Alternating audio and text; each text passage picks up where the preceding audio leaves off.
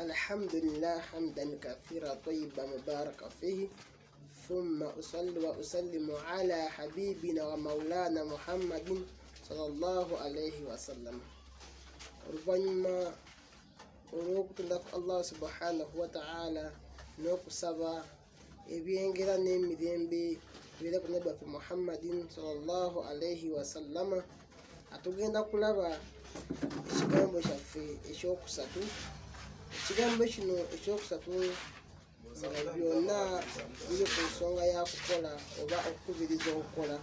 Ekigambo kino kya omumanyi omunene ennyo ayitibwa Sufyan Thawri.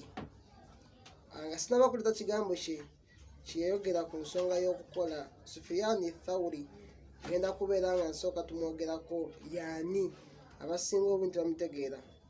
Gwe njogerako olaba aze ku kitabo kino ekya Islahul Maali.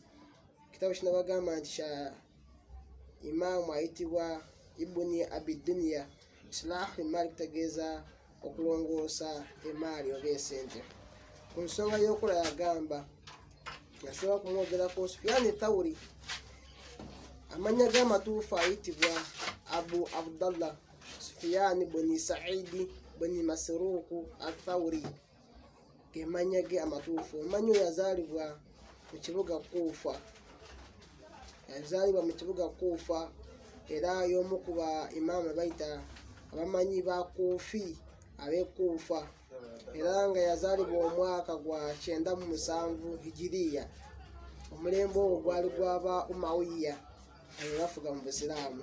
Then naafa omwaka gwa 161 omulembe gw'aba Abasiyina oba Abasiya. Oyo omumanyi ayitibwa Sufyan Thawri.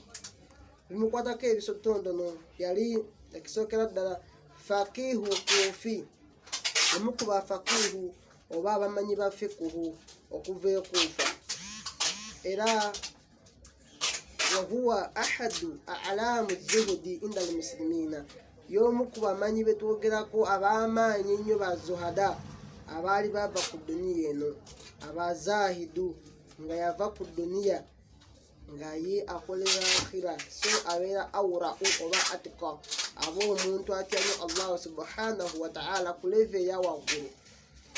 Ekyokulaba ku mumanyi ono, huwa imaamu min a'immatul hadithi nabawi. Yali omu ku bamanyi aba hadithi eza Nabi Muhammad sallallahu alaihi wasallam, omu ku baimaamu aba hadithi. Kyengenda okubeera nga ziriza ekisembayo, yali omu ku ba tabi'ina, yali omu ku ba tabi'ina abanene ennyo abamanyi, era ku mulembe gwe yali amirul mu'minina fil hadithi, yali akulembera abakkiriza mu hadithi.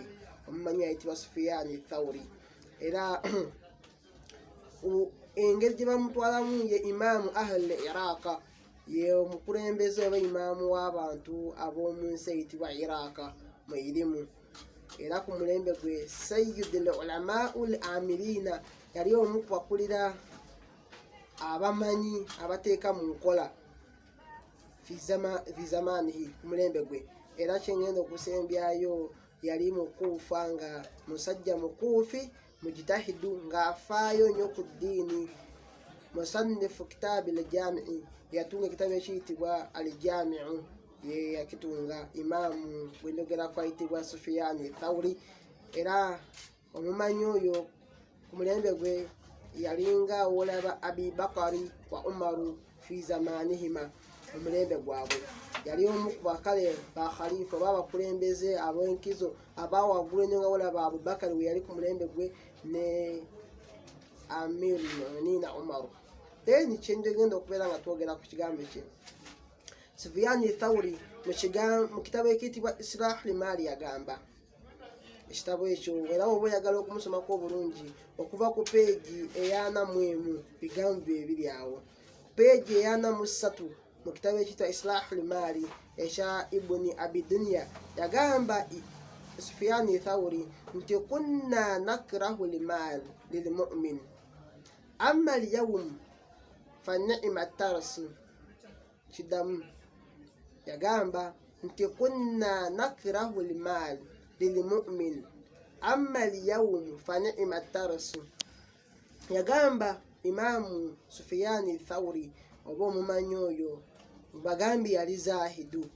Yagamba nti kunna nakrahu titwali tutamwa almal lilmu'min omukkiriza okubeera nga yeetanira nnyo okunoonya sente, oba omukkiriza okubeera nga yenyigira nnyo mu by'okunoonya sente twali tukitamwa.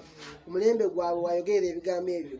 Nagamba nti amma alyawmu, naye ate ebiseera bino oba omulembe guno saawa zino eno, yagamba nti okunoonya sente fa ni'ma tarusu, essente yengabo enungi ddala, yengabo ekyasinza okuba ey'amaanyi.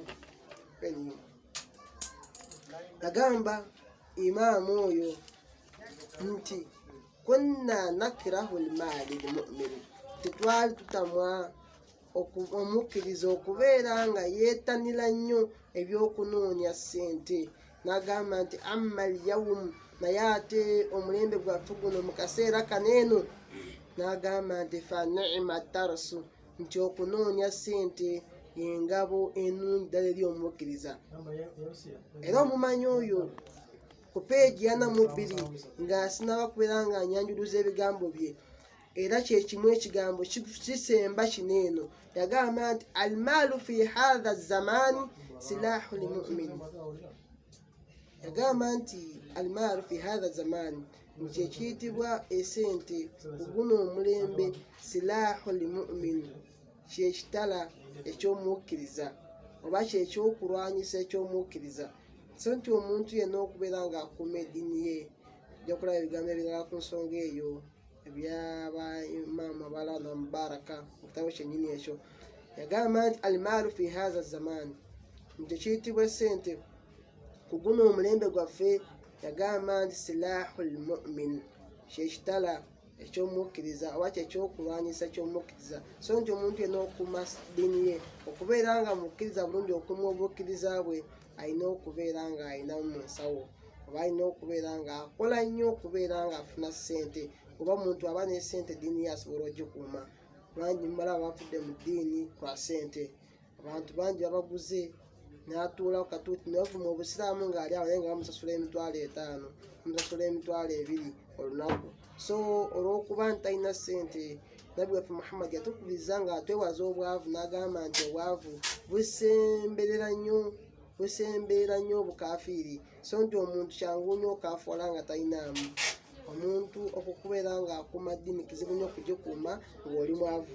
So ekigambo kino njagadde peera nga kitugasa eky'Imaamu ono Sufyani Thawri kyagamba nti kunna nakrahu almaali lilmu'minu, nti mazima ffe twali tutamwa omukkiriza okubeera nga anoonya nnyo ssente, nga buli kaseera abeera ku lya duniya, oba nti anoonya ssente. Naye n'agamba nti amma alyawmu, ate akaseera kaffe kano akaleero, okubeera ng'onoonya ssente yengabo esobola okuuma eddiini yo, yengabo enungi ddala.